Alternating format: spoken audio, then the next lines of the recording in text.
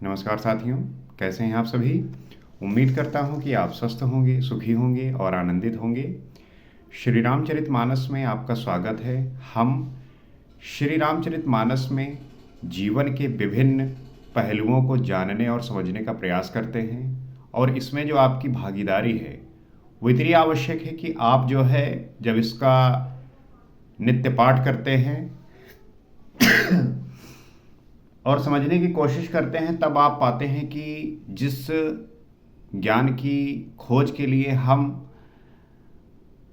कहाँ कहाँ भटकते हैं, लेकिन वो ज्ञान आपके भीतर ही है, वो ज्ञान आपके साथ है। बस हमें आवश्यक है कि हम जो है स्वयं का चिंतन करें, स्वयं का अध्ययन करें और स्वयं को जानने का प्रयास करें। गोस्वामी तुलसीदास जी आपको इसी प्रकार की विद्या, ज्ञान और बुद्धि देने का प्रयास कर रहे हैं, और ये आपके समझ पे भी डिपेंड करता है। बहुत सारे व्यक्ति जो है श्री रामचरितमानस को मात्र एक कहानी के रूप में जो है पढ़ते हैं, लेकिन इसमें जो ज्ञान छिपा हुआ है वो बहुत ही बहुमूल्य है, और जो इसको ग्रहण कर लेता है वो अपने जीवन में सदैव सुखी होता है, आनंदित होता है। हम उसी ज्ञान की बात करते हैं, क्योंकि आपके जीवन में जो सबसे ज़्यादा इम्पोर्टेंट है वो है कि आप जो है किस प्रकार से सीखते हैं, किस प्रकार से जो है उसे पाने की कोशिश करते हैं।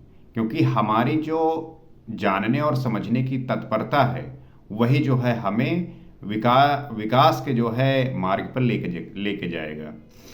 तो पिछले एपिसोड में हमने देखा कि किस प्रकार से प्रभु श्री राम अहिल्या का जो है उद्धार किया। और ऐसे ही होता है, जब आपके भीतर ऐसे गुण होते हैं, आपके भीतर ऐसी क्षमताएं होती हैं, तब आप जो है अपनी बात से, अपने कार्य से, अपने जो है श्रम से दूसरे लोगों का जो है भला करते हैं, उनके जीवन को जो है परिवर्तित करते हैं। तो आज आइए आगे देखते हैं, और गोस्वामी तुलसीदास जी किस प्रकार से आगे की कथा को लिखते हैं इसे जानने का प्रयास करते हैं। चले राम लक्ष्मण मुनि संगा, गए जहाँ जग पावनी गंगा, गाध सुन सब कथा सुनाई, जह प्रकार सुरसरी मही आई। श्री राम जी और लक्ष्मण जी मुनि के साथ चले। वे वहाँ गए जहाँ जगत को पवित्र करने वाली गंगा जी थी। महाराज गाध के पुत्र विश्वामित्र जी ने ये सब कथा कह सुनाई, जिस प्रकार देव नदी गंगा जी पृथ्वी पर आई थी। उसके बाद जो है श्री राम लक्ष्मण मुनि के साथ चले। उसके बाद वो वहाँ पहुँचे जहाँ पे जगत को पवित्र करने वाली गंगा नदी थी। महाराज गाध के पुत्र विश्वामित्र जी ने गंगा जी किस प्रकार से पृथ्वी पर आई उसका जो है पूरी तरीके से वर्णन किया। आप भी गंगा स्नान करने जाते होंगे, और गंगा स्नान करके आप ये सोचते हैं कि आपके भीतर का जो पाप है वो नष्ट हो जाएगा, और आप इस कामना से जाते हैं कि हम गंगा में गंगा में स्नान करेंगे, हमारे सारे पाप धुल जाएंगे। गंगा आपको पवित्र करने के लिए उपयुक्त है, गंगा आपको वो स्वच्छता, वो निर्मलता प्रदान करने के लिए उपयुक्त है। लेकिन हम गलत अवधारणा लेके चलते हैं। हमें लगता है कि हम अपने भीतर की गंदगी को कैरी करेंगे और गंगा में स्नान कर लेंगे तो आपकी जो भीतर की गंदगियां हैं वो साफ हो जाएंगी। नहीं, भीतर की गंदगियां आपके जो है आपके आत्मचिंतन से होंगी। आप उसको किस प्रकार से देखते हैं, उसे किस प्रकार से उस पर काम करते हैं। आप अगर सत्य बोलेंगे तो आपको जो है ईश्वर का साक्षात्कार होगा। आप जो है गंगा स्नान डेली करिए और आप झूठ बोलिए, तो इससे जो है कैसे आपका परिवर्तन हो सकता है।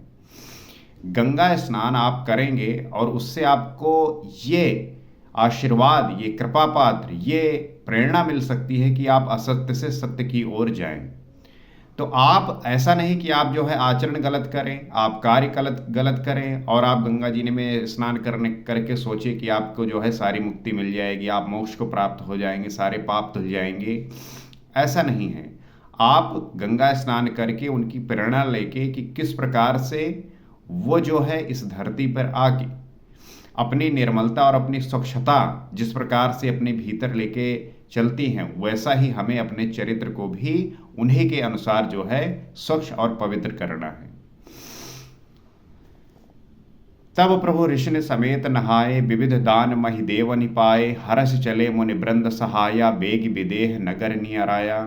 तब प्रभु ने ऋषियों सहित गंगा जी में स्नान किया, ब्राह्मणों ने भांति भांति के दान पाए, फिर मुनि वृंद के साथ वो प्रसन्न होकर चले और शीघ्र ही जनकपुर के निकट पहुंच गए। गंगा जी में स्नान किया, भांति भांति के जो है दान किए और मुनिवृंद के साथ वो प्रसन्न होकर चले, शीघ्र ही जनकपुर के निकट पहुंच गए।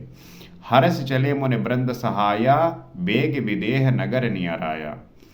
पुर रम्यता राम जब देखी, हर्षे अनुज समेत विशेषी, बापी कूप सरित सरनाना, सलिल सुधासम मनि सोपाना। श्री राम जी जब जनकपुर की शोभा देखी तब वो छोटे भाई लक्ष्मण सहित अत्यंत हर्षित हुए। वहाँ अनेकों बावलियाँ, कुएं, नदी और तालाब हैं, जिनमें अमृत के समान जल है और मणियों की सीढ़ियाँ बनी हुई हैं। कोई भी स्थान जब समृद्ध होता है और वहाँ पे सारी सुविधाएं उपलब्ध होती हैं, तब वहाँ हर एक व्यक्ति जाना चाहता है। हर एक व्यक्ति वहाँ पे रहकर उसका जो है उपभोग करना चाहता है, भोग करना चाहता है। वहाँ पे वो तपस्या भी कर सकता है, यज्ञ भी कर सकता है, योग भी कर सकता है। वो डिपेंड करता है कि उस व्यक्ति की अभिव्यक्ति क्या है, वो करना क्या चाहता है। तो जनकपुर जो था वो अनेक बावलियों, कुएं और नदी तालाबों का जो है वहाँ पे ऐसे बहुत सारे बने हुए थे। पहले के समय पे जहाँ पे बावलियाँ बनी हो, कुएं बनी हो, नदी हो, तालाब हो, उसी को समृद्ध बोलते थे, क्योंकि जल का अभाव आपकी जो है जीवन से आपको छीण कर सकता है। आप जो है आपका जीवन समाप्त हो सकता है। इसीलिए आप देखेंगे कि जो भी नगर बसे थे वो सारे के सारे नदियों के किनारे बसे थे, क्योंकि जल की जो है आपूर्ति होती रहे। तो अमृत के समान जल था और मड़ियों की जो है सीढ़ियाँ बनी हुई थी। कहने का मतलब ये है कि वो नगर इतना सुंदर था कि वो देखने में बहुत ही मनमोहक और इतना सुंदर था कि हम उससे कहते नहीं कि जब आपको कोई चीज़ पसंद आ जाती है तो आप उससे नज़र भी नहीं हटा पाते। आप चाहते हैं कि जो है आप उसे देखते ही रहें। आजकल जैसे आप चले जाइए कोई ऐसा स्थान जहाँ पे पूरी माया आपको दिख रही हो, आप मॉल चले जाइए, वहाँ पे दुनिया भर की चीज़ें जो है आपको दिख जाएंगी।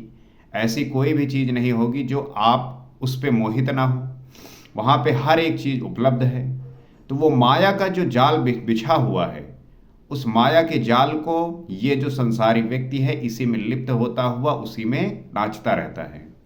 और इस नाचते हुए जीवन को वो ठहराव न देकर इसी संसार में अपनी विषयासक्ति में लिप्त होते हुए एक दिन वो जो है नष्ट हो जाता है और जान ही नहीं पाता कि उसका जन्म जो है किस कारण हुआ था, किस वजह से हुआ था, क्या प्राप्त करने के लिए हुआ था।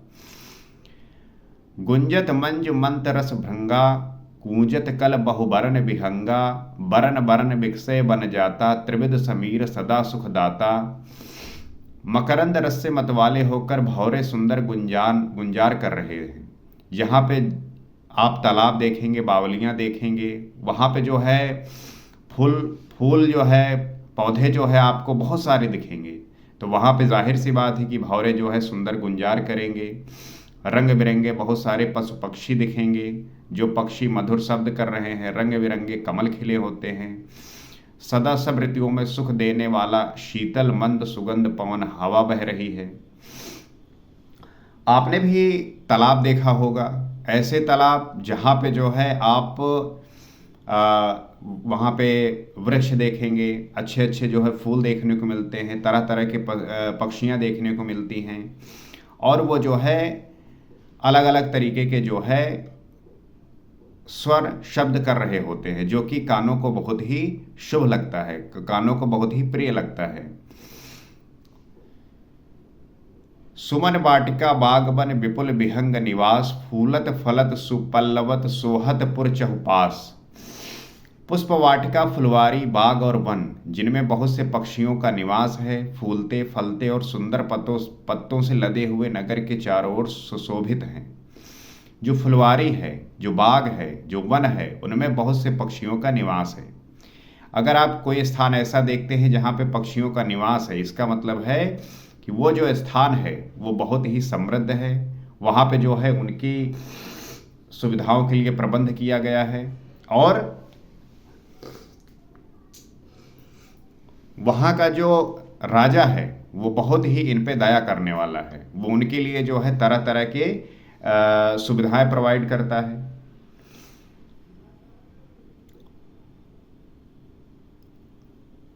बनई न बरनत नगर निकाई, जहाँ जाई मन तहाई लोभाई। चारु बाजारु विचित्र अबारी, मनमय विध जनु स्वकर संवारी।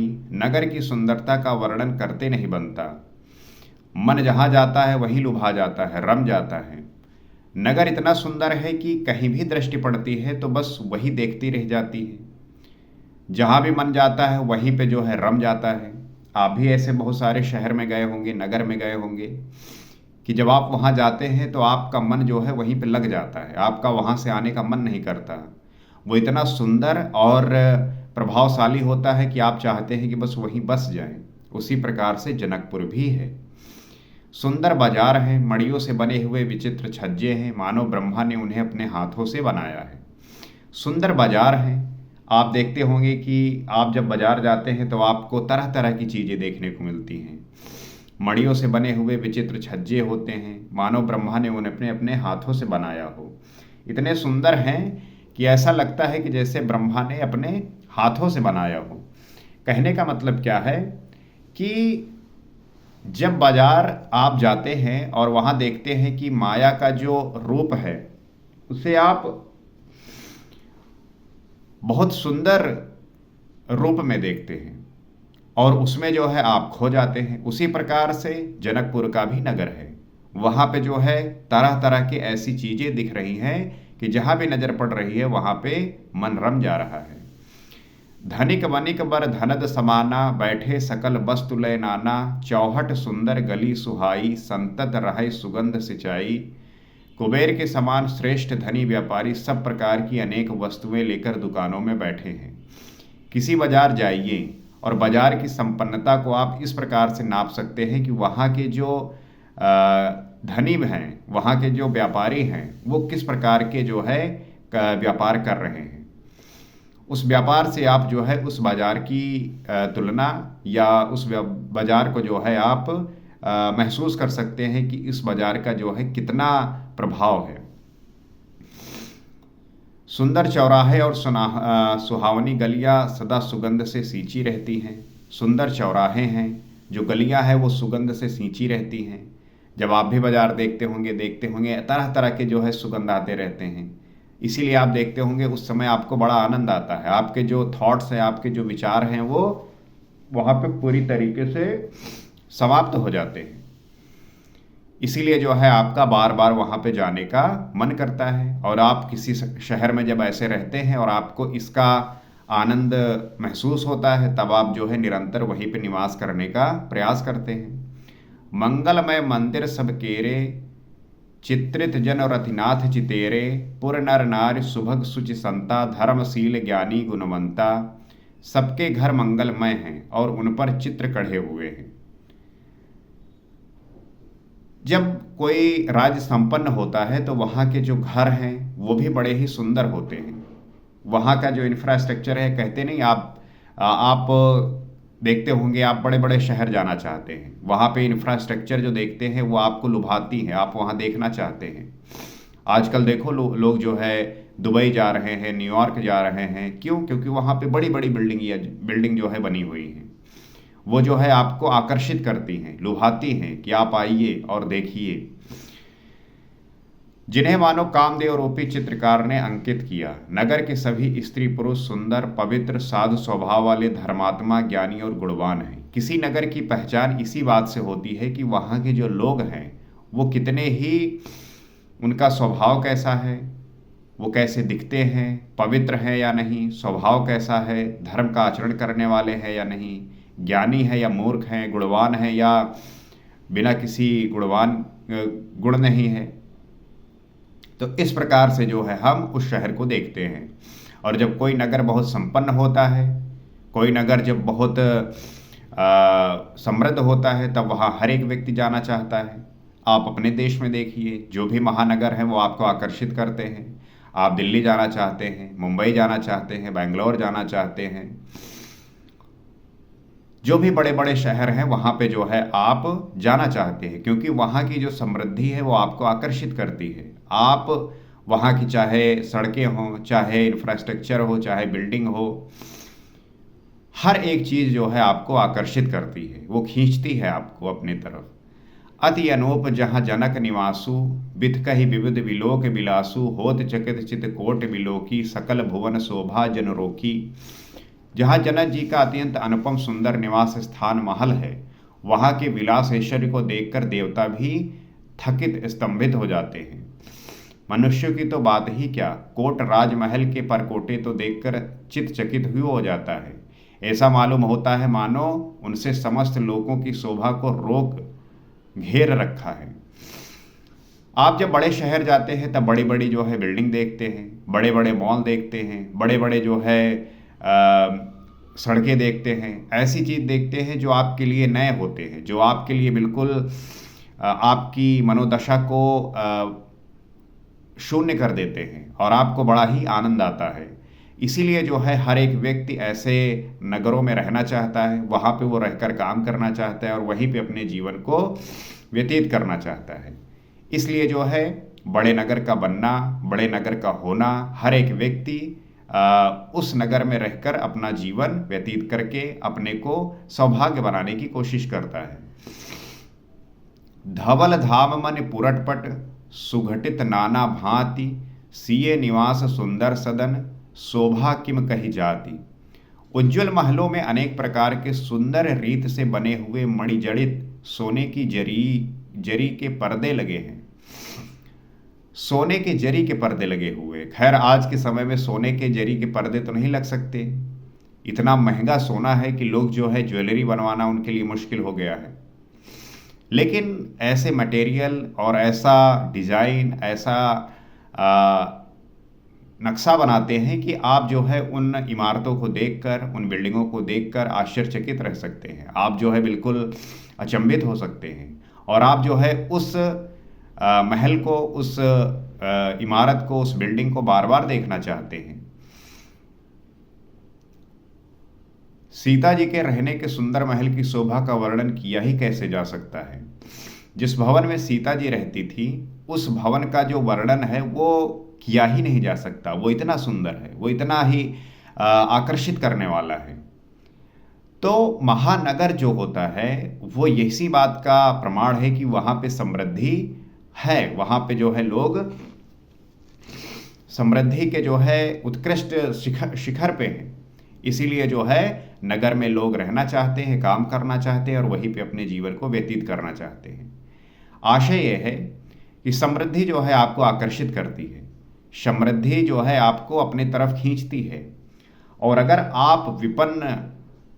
आप में वो समृद्धि नहीं है, अगर आप समृद्ध नहीं हैं, तो आप अपने आप को भी बनाइए, वही जो है आप की गुण में परिवर्तित होकर और सभी को आकर्षित करेगा। आप इस बात से सीख सकते हैं कि किसी भी बात की शोभा उसकी गुण से होती है और अपने भीतर जब वो समृद्धि लेके आएंगे तो आपके भीतर का जो गुण है वो चिल्ला के कहेगा कि मैं जो है इस काबिल हूँ, आप जो है मेरा जो है दर्शन करिए। आप जो है महलों को देखने, इमारतों को देखने जाते हैं, उसी प्रकार आपके भीतर जब इस प्रकार का आकर्षक होगा तो आपको लोग देखने आएंगे, आपको सुनने आएंगे, आपको जानने आएंगे। तो ये फॉर्मूला कहीं और नहीं है, इसी रामचरितमानस में आपको मिलेगा और जब आप इसको ध्यानपूर्वक पढ़ेंगे तब आपको पता अवश्य चलेगा।